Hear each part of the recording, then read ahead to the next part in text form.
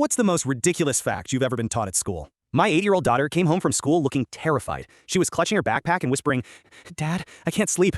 They said we swallow 8 spiders every night." At first, I laughed a little. I'm a biologist after all. But when I saw her genuinely scared, I realized this was serious. She wouldn't even take off her coat or go near her bed. I sat down with her in the living room, trying to calm her, and asked what exactly her teacher had told her. She explained wide-eyed about spiders crawling into our mouths while we sleep and that it happens every single night. I knew it was a myth, but explaining biology to an 8-year-old is tricky. I grabbed some kid-friendly diagrams and books about spiders and started showing her the truth, how spiders behave, how they avoid humans, and that we actually move and smell too much for a spider to ever crawl into our mouths. I even drew little sketches of spiders in funny situations to make it playful. Still, she refused to go near her bed. Every time I turned off the lights, she'd peek under the bed, check the closet, and cover her face.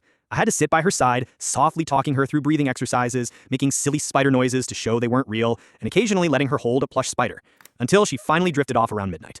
I honestly don't know who was more exhausted, her from fear, or me from trying to outsmart imaginary spiders. The next week, I found out that the teacher was still telling the class about the spider myth. Kids were whispering and some were scared, and my daughter came home worried every day. I realized I couldn't just sit by. It was time to step in. I contacted the school and asked if I could come to her class to give a short, fun presentation about spider myths. The principal agreed, hoping it would settle the confusion and calm the students. The teacher was furious. She crossed her arms, rolled her eyes, and muttered under her breath about how parents always interfere. During the presentation, she kept making sarcastic remarks.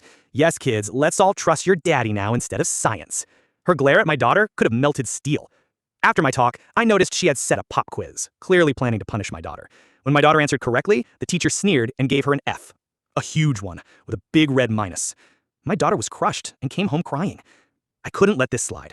I went straight to the principal and explained everything, showing sources about spider behavior and myths. The principal was shocked and promised action.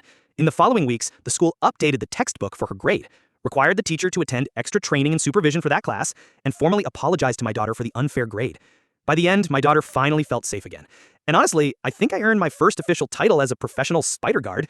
She now sleeps soundly, and every time she sees a spider outside, she giggles instead of panicking.